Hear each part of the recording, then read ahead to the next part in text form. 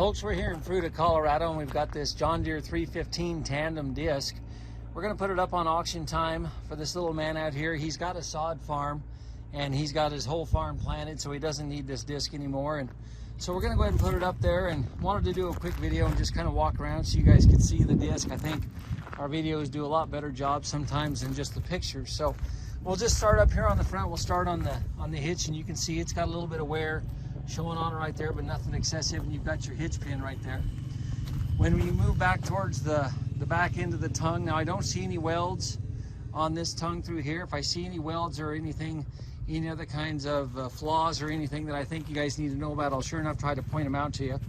It's got the old John Deere style hydraulic fittings on it, so you can see that, and you can see we've got a little bit of oil on the hoses. I don't think the hoses are excessively worn, and so I think you should be in good shape. The cylinders, it does have a cylinder on each side to raise and lower the wheels. They look like they're in good shape, so I think from a hydraulic system perspective, you're okay. Hoses are showing a little bit of weathering up here on the front, I guess, so you might need to put hoses on eventually, but I think for right now, you're probably okay. I'll get disc measurements and spacing. I think they're 9-inch spacing, and I think they're 21-inch blades, and you can see they've got a little bit deeper concave on them than your standard disc blades do. Not excessively, not the real deep comb, but they've kind of, I guess what you'd say, maybe right in the middle, an intermediate size. And I do believe this is a 16-foot disc, and again, I'll verify that and put it in the listing as well. But when you look down the front gangs, guys, you can see that the blades are in pretty good shape. They're not excessively worn. To get you guys some pictures so you can see this stuff here. And again, I could just take still shots of it all, guys, but I think the videos give you guys a little bit better feel for what kind of condition the disc is in. Look at the tires here. Now we're on the left hand side. Look at the tires. You can see there's quite a bit of weathering. Weather check on this outside tire. The inside one looks like it's in pretty good shape, so I think you're good on the tires there. The spindles on both sides look like they're in good shape, so I don't see anything that's too much of a concern. You can see you've got your brackets here that we can fold down. We can raise that up and fold it down and lock it in a transport position for you if you guys want to pull it home. We can sure enough get that done for you. Go ahead and show you the back gang back here.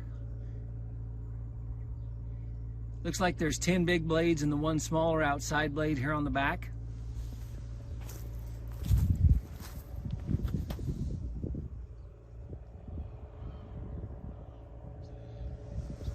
And you can see we've got the hitch on the rear here. If you did want to pull another implement behind it, you could. Looks like you can adjust the angle slightly on the blades right here. You can slide the inside forward and backward, maybe let's call it 3 inches at the most probably. So it's not a huge adjustment that you can do here on the back because you are stationary on that side of the frame there. So you can adjust your offset angle just a little bit, nothing real big. As far as the frame goes, I don't see a single break or weld on the frame of this disc, so I think you're in good shape there. And we'll take another look down this gang here on the back side, and again, I'm double checking my math. There's 10 big blades plus the one small one on the outside. And that's our 16-foot measurement that I'm talking about, guys. When we measure from the outside of this disc right here all the way across to the outside over there, 16 feet.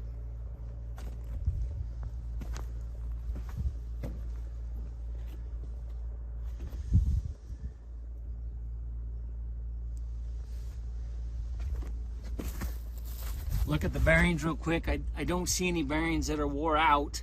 Of course, as all you guys know, it's hard to tell when a bearing's gonna go out. But looking at tires on this side, we're on the right-hand side. This outside tire looks good here. A little more weathering and wear on the inside tire, but both are still very good usable tires, it appears. And same thing, looks like the spindles are in good shape here on the back. And once again, you've got the bracket there to flip over. If you want to raise that up and put it in transport mode, we can sure do that for you, okay?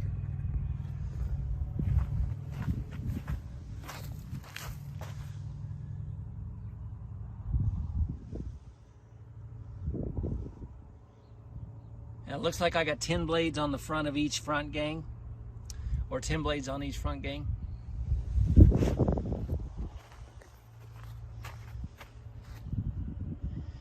think it's kind of the same deal. You're stationary here, but you can adjust it back here if you want to change your angle just a little bit. Not a lot of adjustment there, but you can do some. So I think that's pretty much that disc in a nutshell, guys. Again, it's a 315 John Deere. I'm going to call it a 16 foot based on the outside to the outside measurements on the back. You can see right here, they call it a TO 235 is what the serial plate calls it, but we're going to call it a 315 based on the decals on the side.